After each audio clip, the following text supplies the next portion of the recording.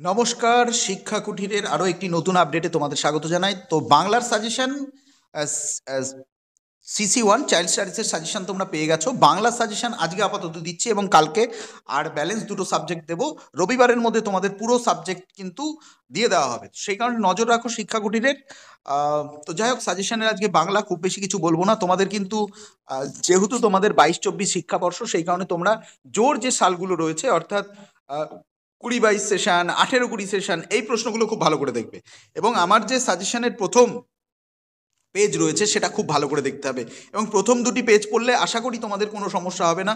খুব ছোট ছোট ভাবে আমি পুরোপুরি পুঙ্খানুপুঙ্খভাবে তোমাদের সাজেশনটা দেওয়ার চেষ্টা করেছি। গতবার কিন্তু এখান থেকে সেভাবে কোনো প্রশ্ন আসেনি। দেখো, প্রথম 1 নম্বর দাগের যে প্রশ্ন রয়েছে, মাতৃভাষা শিক্ষাদানের জন্য গুরুত্বপূর্ণ কয়েকটি পদ্ধতির নাম লিখুন। যে কোনো একটি পদ্ধতি সম্পর্কে বিস্তারিত আলোচনা করুন।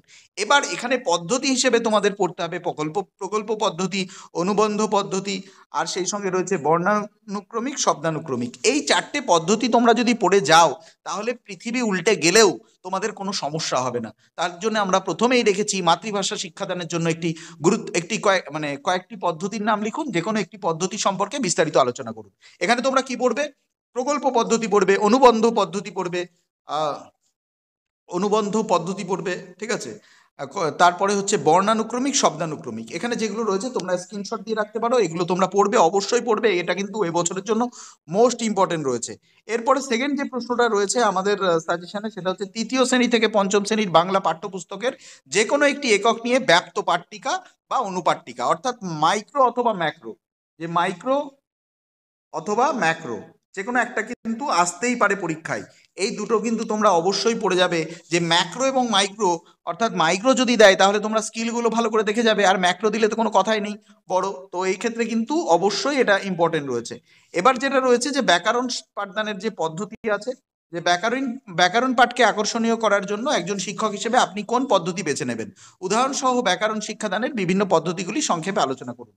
তো এক কথায় ব্যাকরণ শিক্ষাদানের যে সমস্ত পদ্ধতিগুলো রয়েছে, সেই পদ্ধতিগুলোর মধ্যে আমরা 3টে পদ্ধতি রেকমেন্ড করব। সেটা হচ্ছে আরোহী, অবরোহী এবং সূত্র পদ্ধতি। এই 3টে পদ্ধতি তোমরা দেখে রাখবে, এবং একটা পদ্ধতি কিন্তু তোমাদের এখান থেকে আসবে।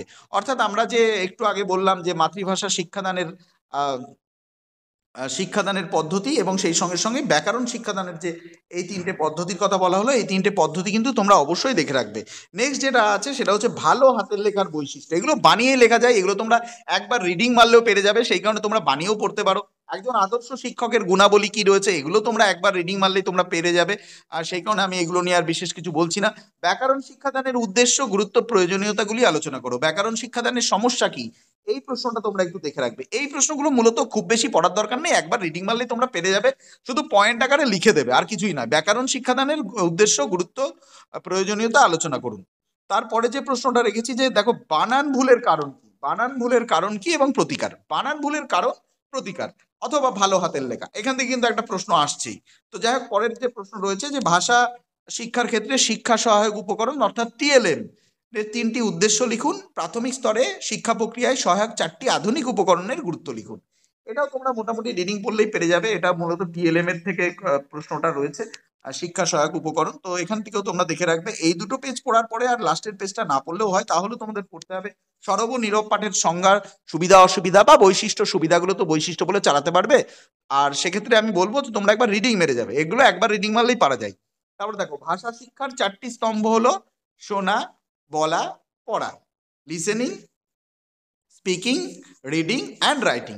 এর তাৎপর্য এর তাৎপর্য কি এটাও তোমরা 7 নম্বরের জন্য আসতে পারো।